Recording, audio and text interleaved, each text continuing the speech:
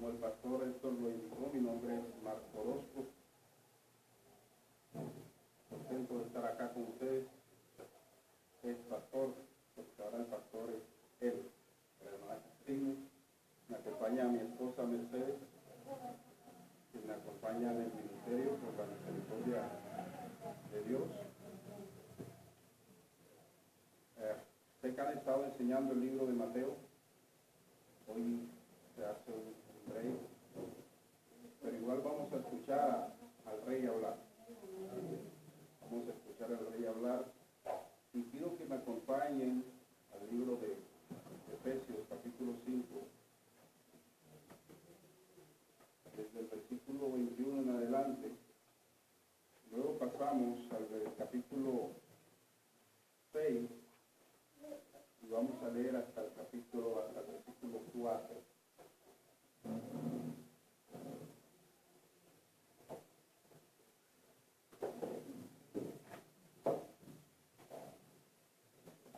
Leo a favor de todos la inerrante, infalible y única palabra de Dios.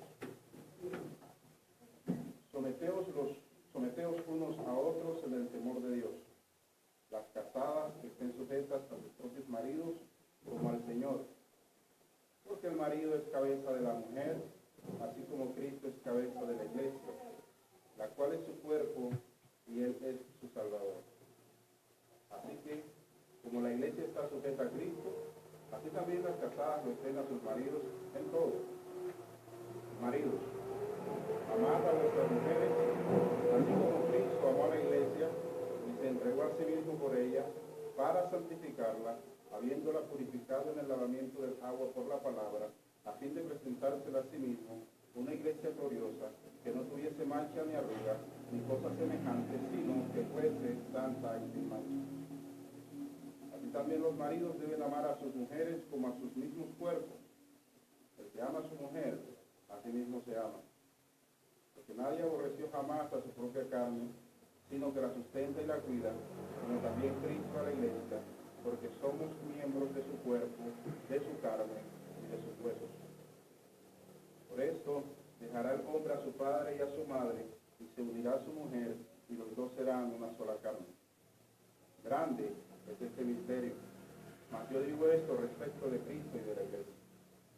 Por lo demás, cada uno de vosotros ame también a su mujer como a sí mismo, y la mujer respete a su marido. Hijos, obedeced en el Señor a vuestros padres, porque eso es justo. Honra a tu padre y a tu madre, que es el primer mandamiento con promesa, para que te vaya bien y seas de larga vida sobre la tierra. Y vosotros, padres, no provoquéis a ira a vuestros hijos, sino criadlos en disciplina y amonestación del Señor. Amén.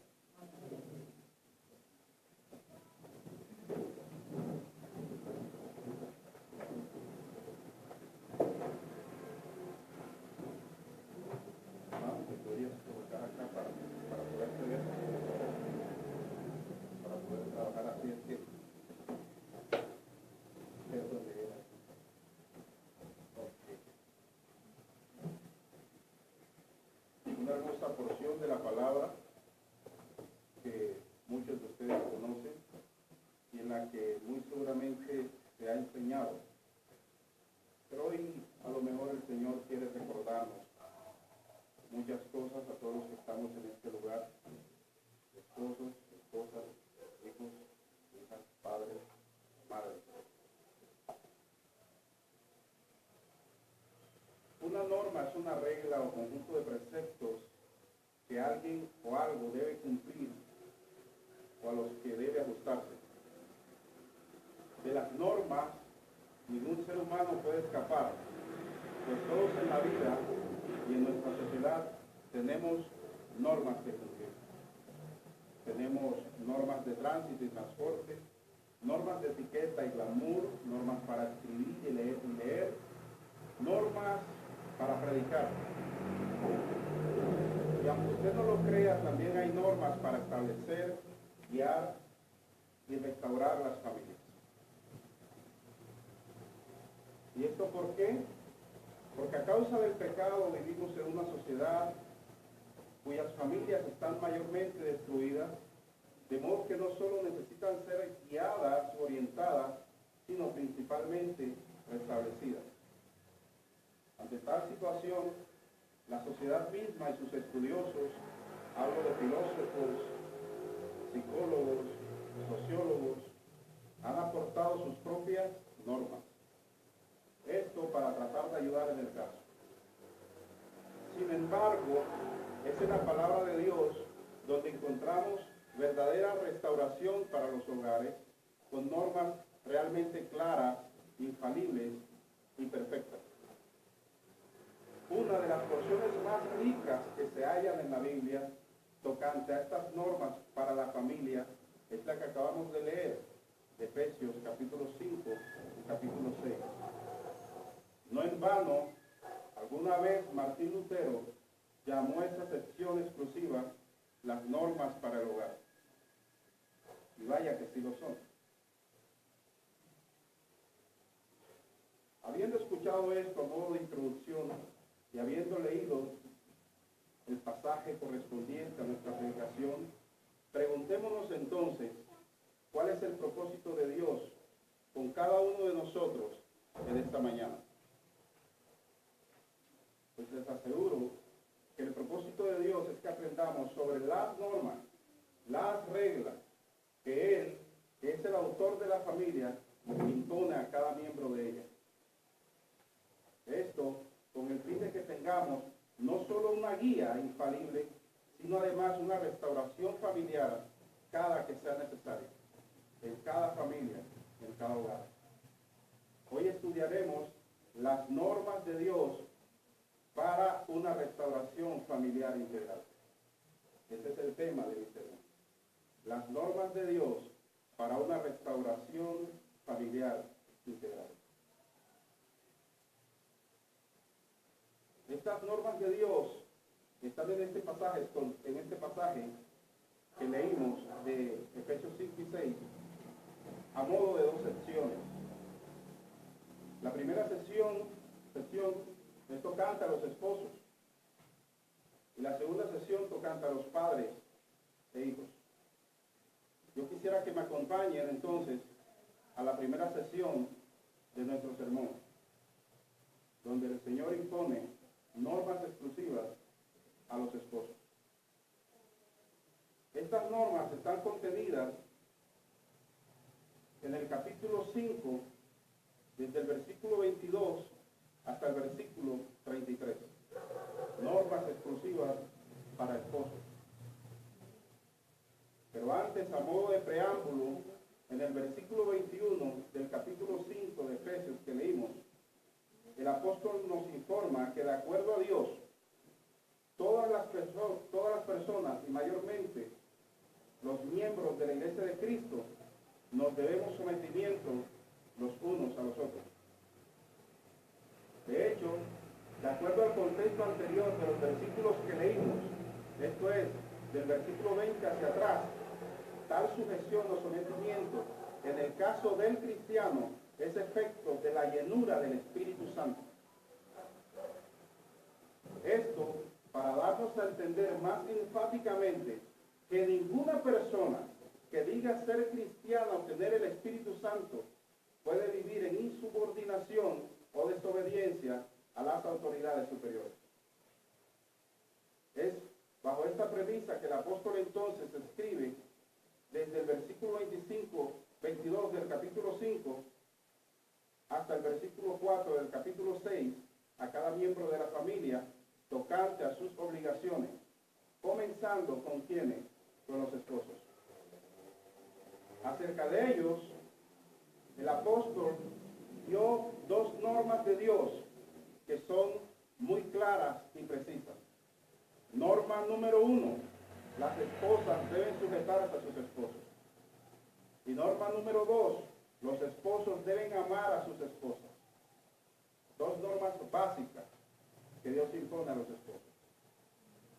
Exploraremos entonces un poco acerca de la primera norma, la norma a las esposas.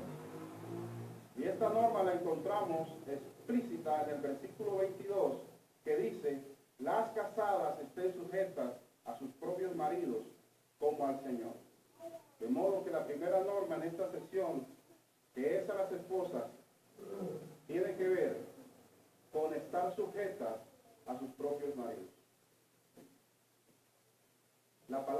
estén, que compone el versículo estén sujetas, que se aplica a las hermanas casadas, es un imperativo del verbo estar, que indica existencia o condición presente de un ser. Es decir, que lo que la expresión indica radicalmente es: esposas, vivan sujetas a sus maridos.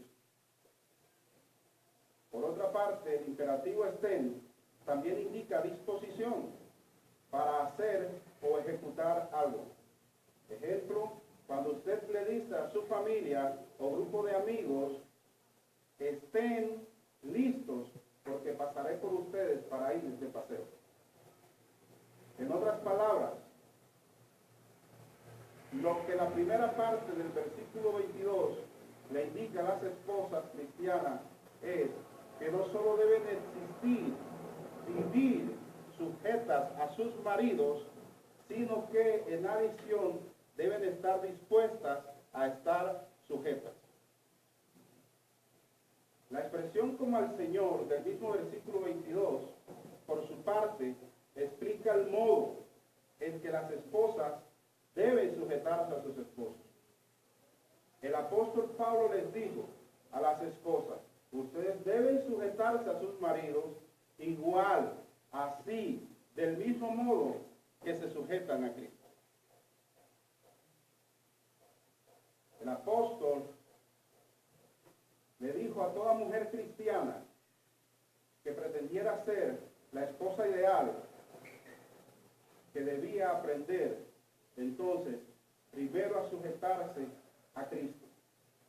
Si la mujer aprende a sujetarse a Cristo, entonces conocerá el modo perfecto, la forma perfecta de sujetarse a su esposo, y será entonces una esposa cristiana ejemplar. Ahora, cuando el apóstol Pablo escribe en el versículo 23, porque el marido es cabeza de la mujer, lo hace para explicar la razón por la cual las esposas deben estar sujetas a sus maridos. Pero además, porque el apóstol estaba luchando contra una doctrina diabólica que procuraba invertir la estructura creacional que Dios había establecido en la familia, enseñando que la mujer en efecto era autoridad o cabeza del hombre y no viceversa. Hoy, igual que en los tiempos del apóstol Pablo, la batalla por mantener el orden establecido por Dios en la estructura familiar continúa. Hoy, más que ayer, la voz del apóstol Pablo pide un espacio en los corazones de las esposas y miembros de las familias, y sobre todo de las familias cristianas. Pues hoy, más que nunca, se hace necesario restaurar las familias, pero en la palabra de Dios y como Dios lo establece, y no como Satanás o la sociedad lo plantean.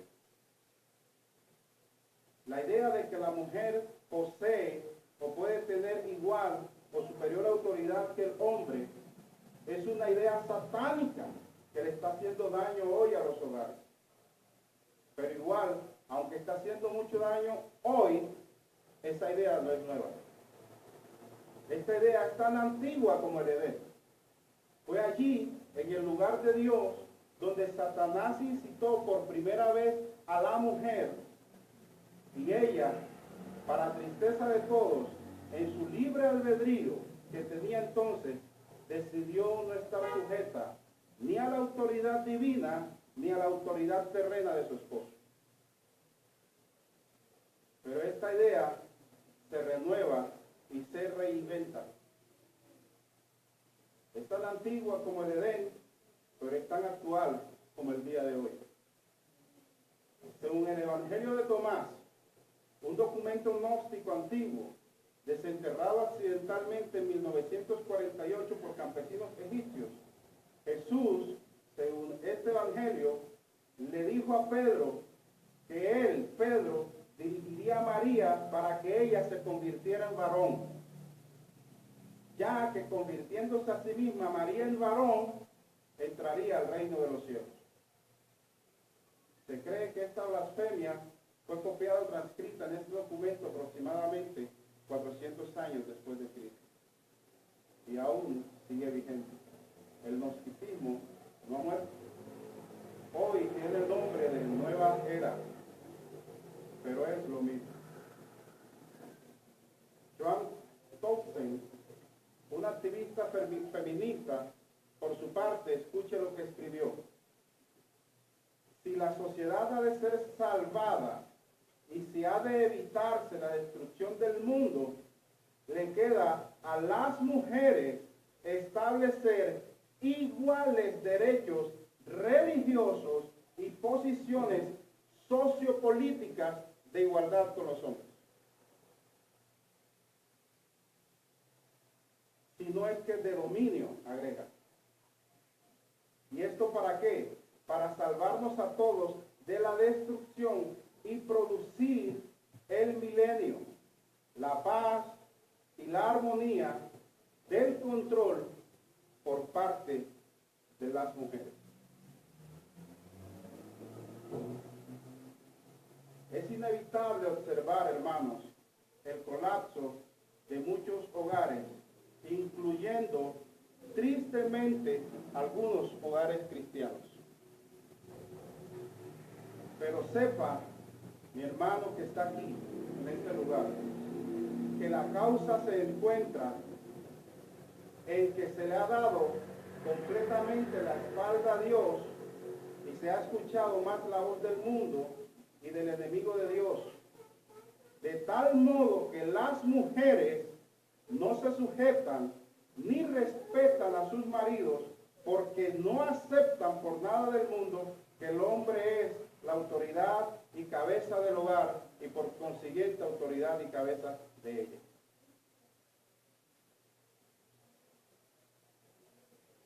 La segunda norma que encontramos en esta sección es la que Dios ha establecido para los esposos. Miremos en qué consiste. Los maridos amen a sus esposas. Y eso está desde el versículo 25 del capítulo 5 hasta el versículo 33. Toda esa sección solo para nosotros. Para referirse a la conducta del hombre hacia su esposa, el apóstol comienza con la expresión: maridos, amad a vuestras mujeres. Versículo 25. El apóstol con esta frase da por sentado que si bien la esposa debe estar sujeta a su marido, éste debe amarla con todo su ser. Por otra parte, contrario a lo que sucede respecto a la sujeción de la esposa al marido, el apóstol no entra en detalle ni en esta frase ni en las siguientes hasta el versículo 33 de por qué es que el hombre o el marido debe amar a su esposa. No lo hace. Pero sí argumenta con solidez que con el más duro y tierno amor el marido debe amar a su esposa, dejando indicado de paso que no es una sugerencia ni una opción, sino una orden de Dios. Y para que el hombre no tuviera excusa diciendo que no sabe cómo amar a su esposa, o para que dijera que no entiende cómo es que debe amarla, el apóstol dedicó a la temática del amor hacia la esposa casi el triple de tiempo que dedicó al asunto de la sujeción de las mujeres. Quizá porque al final del camino la mujer solo necesita argumentos, pero el hombre es 3 veces más testarudo para entender lo que debe hacer. Ahora, una vez dada la orden que el hombre debe amar a su esposa, surge la inevitable pregunta: ¿cómo debe amarla? El apóstol inmediatamente responde: como primera medida, el hombre debe amar a su esposa así, igual, del mismo modo que Cristo amó a su iglesia. Versículos 25 al 27. Pero si uno entonces pregunta: ¿cómo es que Cristo amó a la iglesia? Yo no lo sé. el apóstol de ipso facto responde, entregándose por ella, santificándola, purificándola y presentándosela gloriosa a sí mismo. Así Cristo amó a su iglesia. El entregarse por ella se refiere al sacrificio sustitutivo de Cristo. Cristo murió por su esposa, es decir, la iglesia. ¿Para qué? Para redimirla. Él dio su vida a cambio de la vida de ella. Esto te dice algo a ti, esposo. Que Cristo se haya entregado por su esposa, por la iglesia, indica un amor abnegado que no quedó en palabras o intenciones, sino que se demostró con hechos. ¿Cómo más amó Cristo a la iglesia? Dijimos que santificándola. Eso está en el versículo 26. El santificarla trata del acto de separarla o tomarla para sí, de escogerla para Él solamente. Indica el proceso de crecimiento espiritual de la iglesia, donde Él, Cristo, cada día la aparta más del mundo y la forma a través del Espíritu Santo a su imagen y semejanza.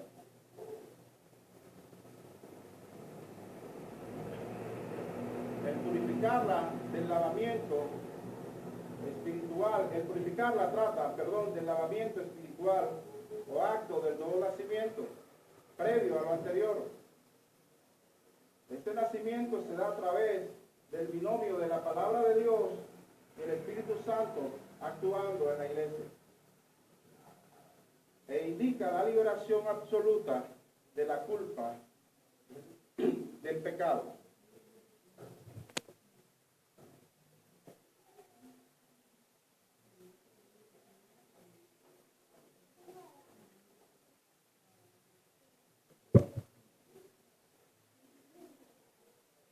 Por último, versículo 27, el presentarse la gloriosa a sí mismo, demostrando el amor, que no quedó en palabras, se refiere a todos los esfuerzos que Él, Cristo, realiza para que su esposa cada día sea más radiante y más hermosa.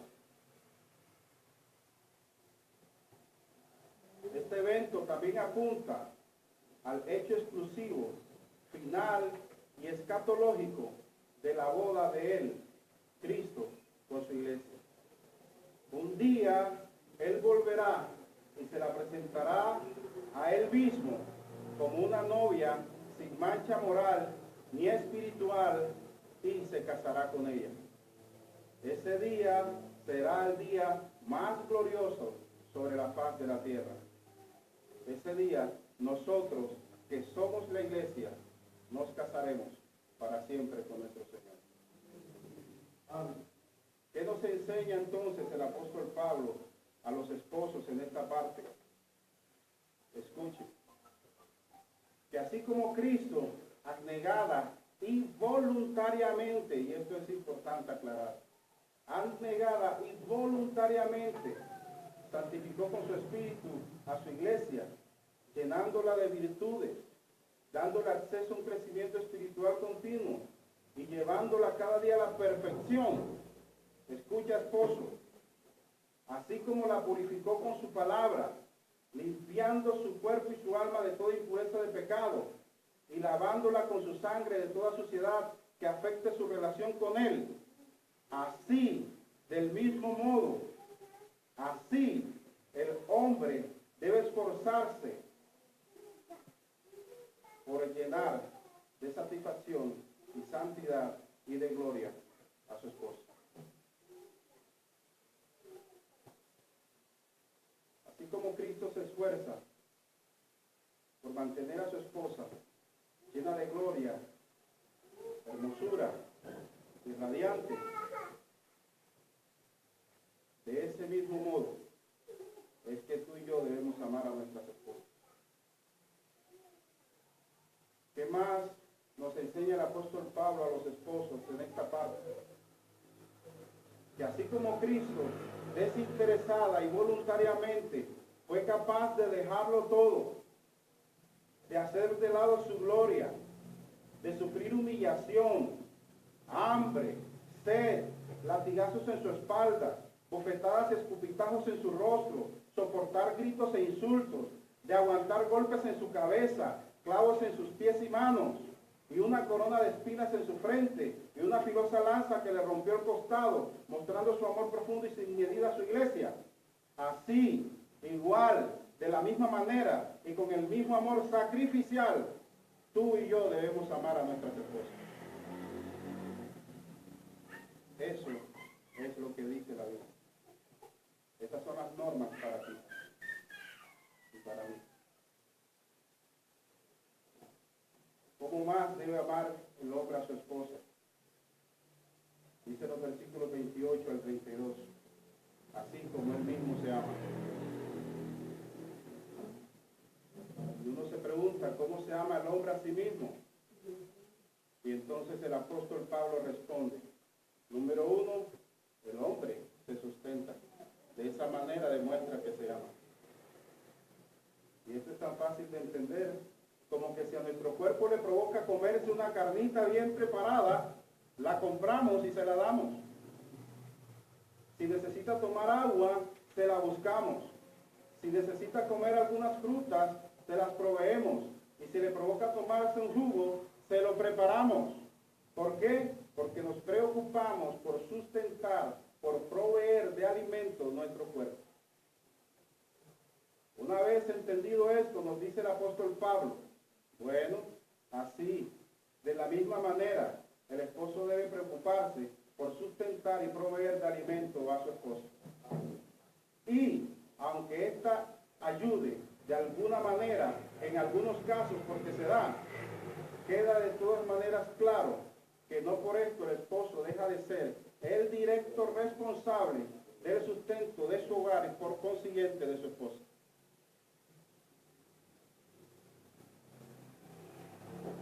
¿Cómo más se ama el hombre? El hombre no solo se sustenta, sino que se cuida, dice el apóstol Pablo, versículo 29.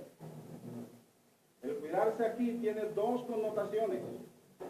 Por una parte, indica protección, amparo y abrigo. Esto es, si hace frío, a nuestro cuerpo lo abrigamos. Si hace calor, lo refrescamos. Si nos duele la cabeza, tomamos medicamentos. Si el dolor persiste, visitamos el médico. También procuramos que no tenga mal olor. Le compramos desodorantes, crema dental, champús, colonias, buena ropa. De igual manera le afeitamos la barba, le cortamos las uñas, le arreglamos el cabello, le compramos la mejor pinta, como dice uno a veces, en la medida que podemos. Y escucha, si alguien quiere golpearte, o quiere golpear tu cuerpo, o quiere hacerle daño, tú sabes qué hacemos los hombres. Nos defendemos o defendemos nuestro cuerpo con todo lo que tenemos.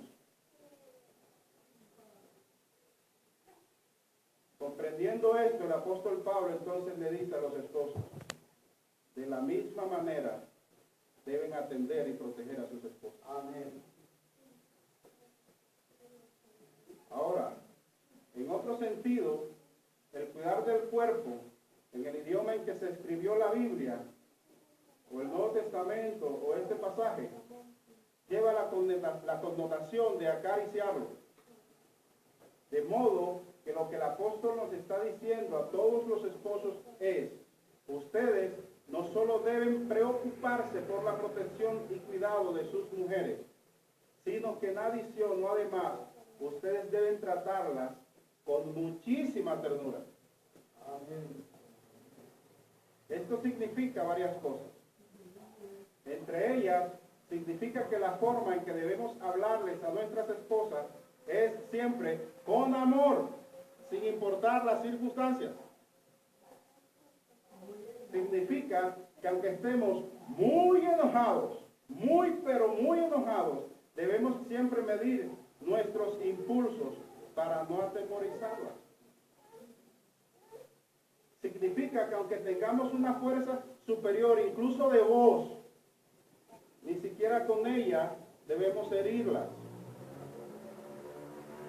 Significa que aunque somos la autoridad en el hogar y somos la cabeza de ellas, siempre debemos tener presente que ellas también son nuestro más preciado tesoro y el vaso más frágil. El apóstol Pablo resume y concluye las normas para los esposos y esposas en los versículos 31 al 33 con la connotación misterio. Si usted lee estos versículos se dará cuenta. El apóstol considera el matrimonio como un asunto que encierra un misterio desde el principio mismo de la creación, pero que ahora en Cristo ha sido revelado.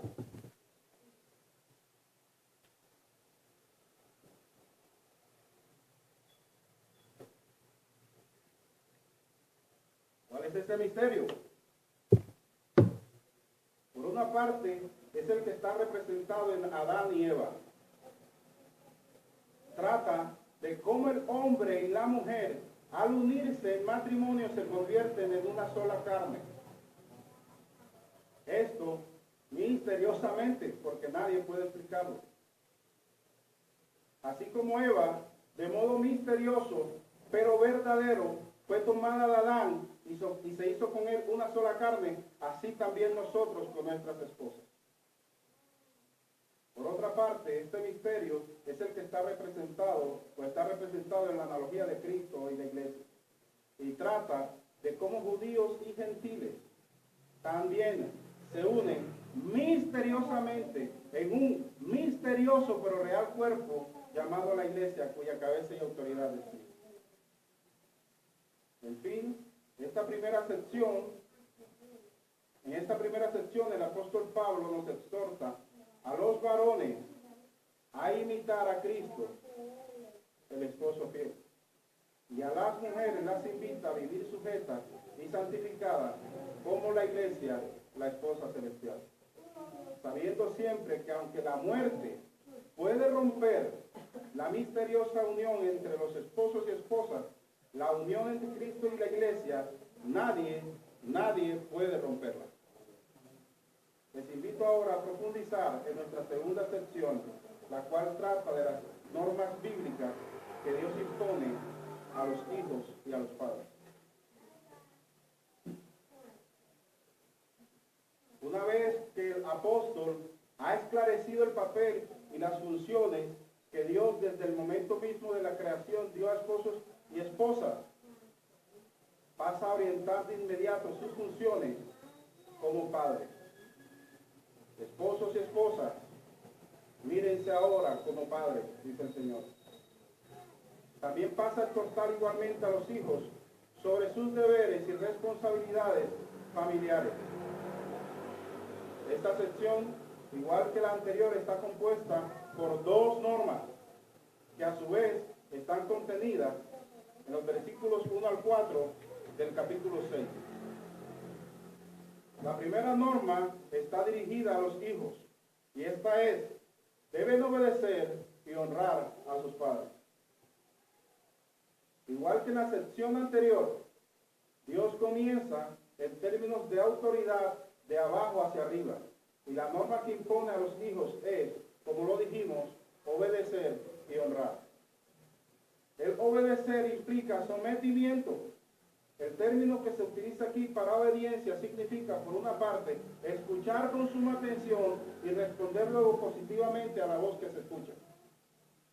Por otra parte, significa también tener disposición constante para escuchar y hacer el consejo que se escucha. Esto como norma de vida. Es decir, dice el Señor, los hijos no solo deben estar bajo las palabras de autoridad de sus padres, sino que en adición deben tener la disposición incesante de aceptar sus consejos y ponerlos en práctica. Eso es lo que Él le dice a los hijos.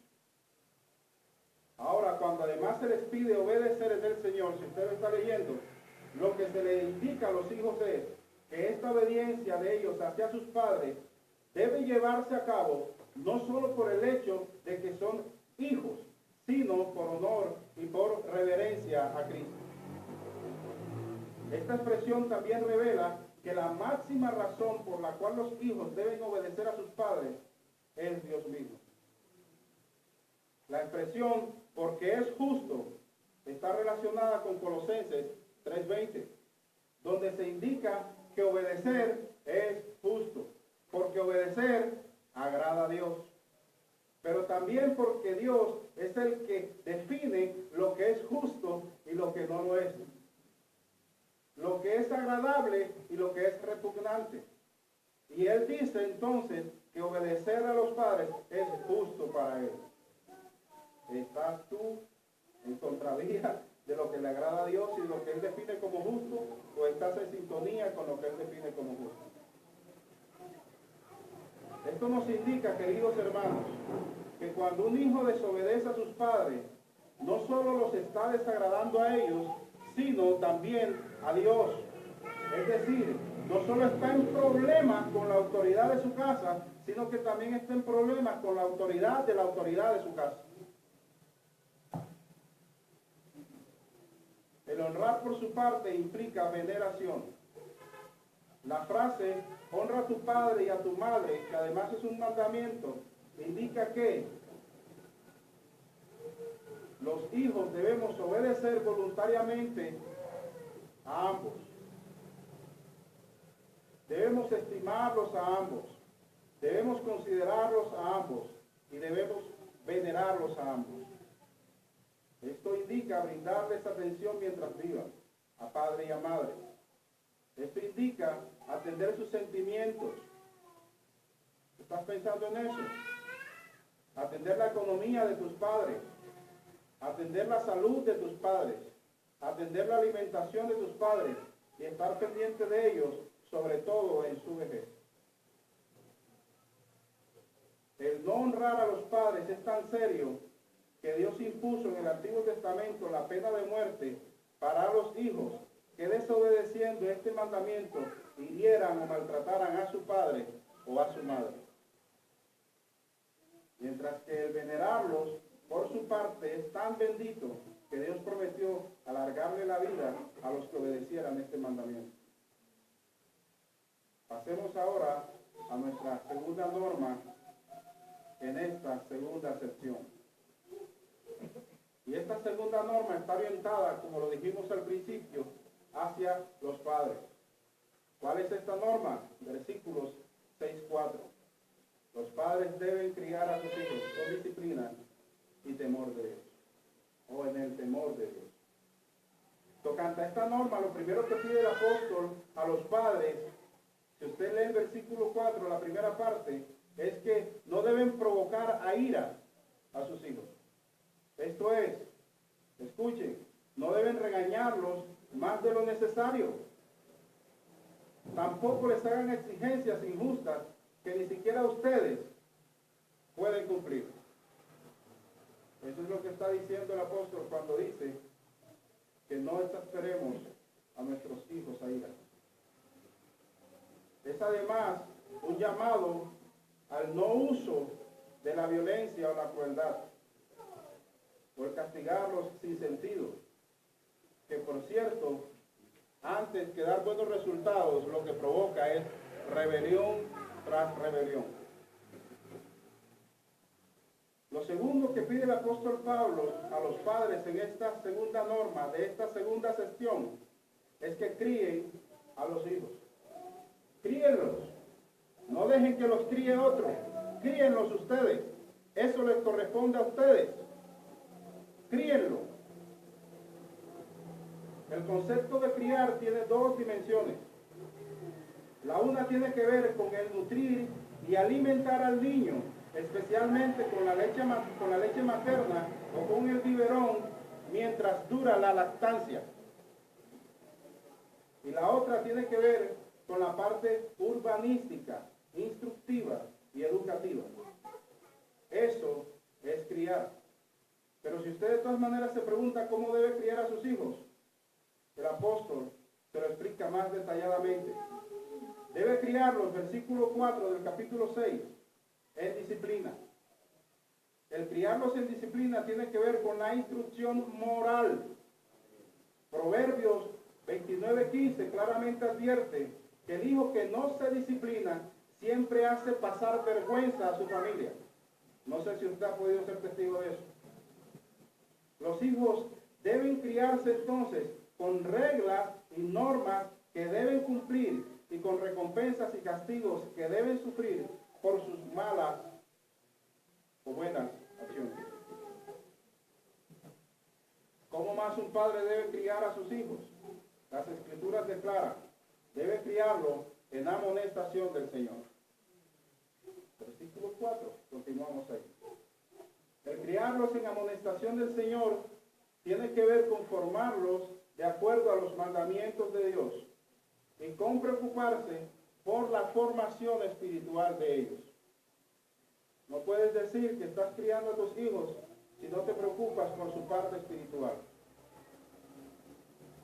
El criarlos en amonestación del Señor implica no solo velar para que sean personas de bien en la sociedad, no, implica además que tú te vas a preocupar porque ellos sean hijos temerosos de Dios, en casa, en el colegio, en la iglesia, en todo lugar.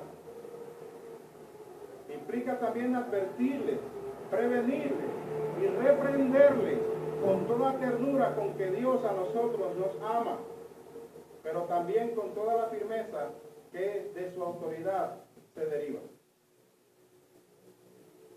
Dice Proverbio 3:12, Jehová al que ama disciplina, como el padre al hijo que quiere.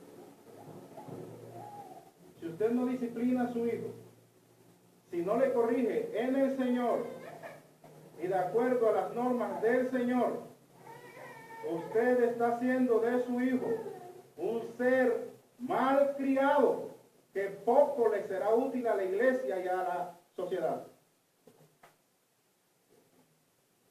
Un ser mal criado que nunca entenderá ni siquiera las normas sociales y mucho menos las normas del reino de Dios.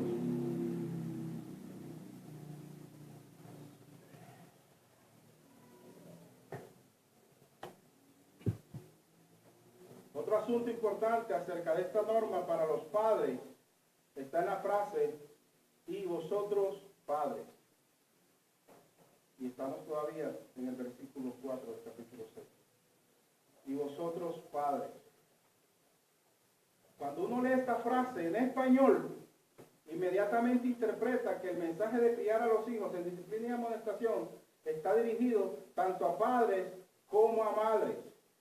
Pero la verdad es que no es así. En el idioma en que fue escrita esta frase, se refiere específicamente al hombre. Y no porque la mujer deje de ser ayuda idónea para el asunto, sino porque es responsabilidad del varón responder ante Dios por la crianza, la conducta y la disciplina de sus hijos en el hogar. Dios tenga misericordia de los hombres irresponsables. Dios tenga misericordia de los hombres cobardes e insensibles, que abandonan sus familias y le dejan esta dura labor, trabajo, este duro trabajo de criar a los niños, a las madres. Que Dios tenga misericordia de ellos. Y a la vez que les abra el entendimiento a estos hombres. Y ayuda a estas mujeres. Ahora, si es cierto que en la Biblia encontramos guías espirituales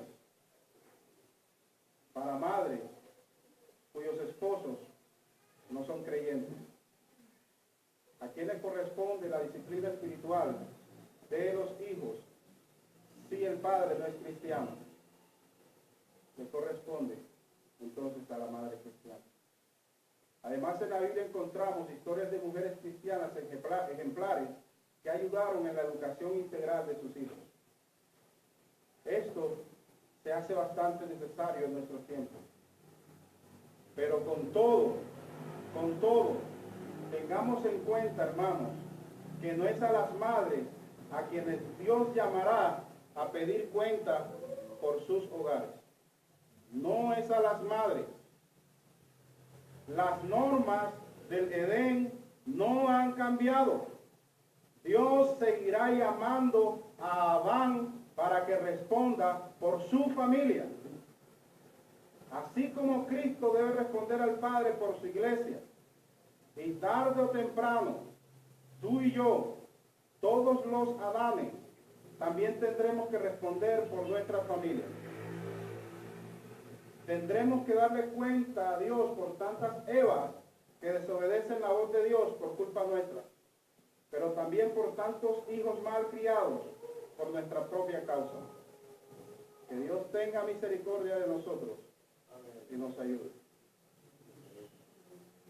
Hemos visto, hermanos, cada que salimos a la calle, cada que prendemos la televisión, que vivimos en una sociedad cuyas familias, a causa del pecado, cada día se extravían, autodestruyen y desintegran. Pero también es verdad que desde el principio Dios ha provisto los medios para que toda familia no solo reciba orientación, sino también restauración familiar en Cristo, si lo necesita. Esta guía y medio que Dios ha provisto es su palabra. Su palabra. Y ni filósofos, ni políticos, ni psicólogos, ni sociólogos podrán jamás reemplazarla con normas mejores. Solo en ellas, solo en las Escrituras, solo en la palabra de Dios encontramos verdadera guía y restauración integral. Solo ellas contienen verdaderas normas que trascienden el tiempo, las culturas y el espacio. Y por ende, no solo pueden guiar nuestras familias, sino también volverlas al diseño original de Dios. Pero usted sabe por qué puede darse todo esto. Por una sola causa y razón. Porque solo ellas y únicamente ellas muestran verdaderamente a Cristo. Si usted observa detenidamente cada una de las sesiones que encontramos en Efesios 5 al 6, cada una de estas sesiones está centrada en Cristo. Tocante a la sesión de esposos, queda sumamente claro que la norma para las esposas es reflejar el carácter de la sumisa esposa de Cristo. Y de los esposos, reflejar el amor sacrificial, el carácter y entrega santos de Cristo. Tocante a la sesión de hijos y padres, cuando llegamos a ellas nos damos cuenta que todo sigue igual, no cambia. Los hijos, por ejemplo, deben obedecer y honrar a sus padres, pero no como una imposición absurda que se le ocurrió a Dios, sino como un ejercicio de obediencia y sumisión primaria a Cristo, quien es su Señor, el Señor de la iglesia y Señor de las familias. Respecto a los esposos, respecto a los hijos, o a los padres, por su parte, se les habla de que están obligados, como lo vimos, a criar a sus hijos, ejerciendo disciplina y enseñanza, pero disciplina y enseñanza de Cristo y en Cristo. No sé si se dio cuenta. Hermanos y amigos que nos visitan, si hay aquí algún amigo, como es apenas normal, todos, absolutamente todos, deseamos familias felices y familias restauradas integralmente. Pero tú sabes cuál es el problema, que deseamos esto, pero no queremos obedecer las normas de Dios. Para que exista una restauración familiar integral, todos, absolutamente todos los miembros de la familia deben cumplir con las normas que Dios, que es el autor de la familia, ha establecido para ella. Y si te diste cuenta, todas estas normas, por designio divino, están centradas en Cristo. Sin Cristo no puedes obedecer ninguna de ellas y tu familia seguirá desintegrada. Vivimos en una sociedad llena de familias donde a las esposas no les parece buena idea someterse a sus esposos como la iglesia se somete a Cristo. Menos cuando estas esposas a veces han conquistado lugares de más prominencia que el hombre, sea en lo laboral o sea en lo educacional. Les cuesta. Pero también vivimos en una sociedad donde los maridos no desean someterse a su cabeza, que es Jesucristo. Quieren hogares felices, pero odian a Cristo. De este modo, ¿cómo podrán gobernar sus casas? ¿Cómo sabrán cómo debe gobernarse realmente el hogar? ¿Tú sabes cuál es el resultado de todo eso? Relaciones destruidas entre esposos y esposas.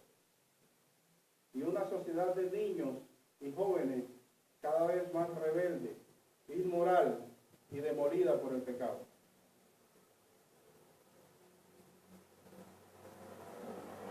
Vemos como resultado de todo esto, de padres que no se someten a la palabra de Dios, niños y jóvenes anárquicos, que no respetan a nadie en sus casas.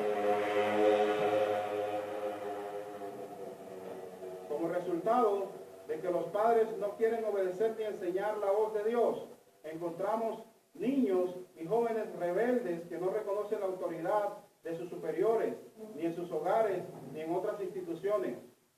Niños que no escuchan consejos, jóvenes que no obedecen a nadie, que no respetan a las autoridades civiles y a veces ni siquiera a los símbolos patrios. Una sociedad de niños y jóvenes sin orden, sin afecto natural, que va camino a las drogas, el alcohol, la delincuencia y la promiscuidad sexual, y tú puedes verlo en tu barrio. Frente a esta situación tan deplorable, amigo que estás aquí, si no has recibido a Cristo, ¿qué piensas que puedes hacer? Tú por ti mismo no puedes hacer nada frente a esta situación. Tú debes venir a Cristo, en quien están centradas todas las normas para una restauración integral en las familias. Solo Él puede restaurar tu casa y tu hogar. Solo Él puede salvar del pecado y de los efectos del pecado a tu familia. Más nadie, solo Cristo. Ven a Él y reconócele en tu corazón como tu Rey Salvador. Y pídele en humildad y en oración que te disponga y te capacite con su Espíritu Santo para cumplir las demandas del reino de Dios, y entonces tu familia será restablecida y restaurada. Ahora, frente a esta situación tan deplorable de la que hemos estado hablando, de sociedad de jóvenes y niños perdidos, por causa de padres que no obedecen la palabra de Dios, ¿qué debe hacer la iglesia? ¿Te lo has preguntado?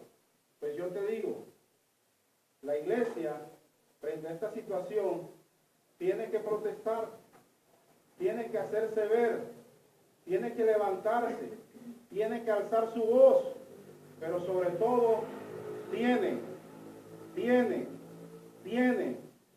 que producir hogares sujetos a Cristo. Amén. Padres y madres guiados por la palabra de Dios. Hijos santos que transformen la sociedad. Hogares que cumplan a cabalidad las normas que Dios impone a las familias dentro de su reino. Amén. Nuestra sociedad necesita con urgencia de Cristo. Necesita familias restauradas integralmente. Pero si aún la luz es oscura, ¿cómo serán las tinieblas? Es responsabilidad de nosotros ser la luz que somos y llevar a Cristo a todos los hogares posibles. Después de todo, Él nos ha restaurado ya con su Espíritu Santo y nos ha capacitado no solo para enseñar, sino sobre todo para vivir las normas de su reino. Que el Señor bendiga su palabra. Amén. Oremos. Nuestro buen Dios, muchísimas gracias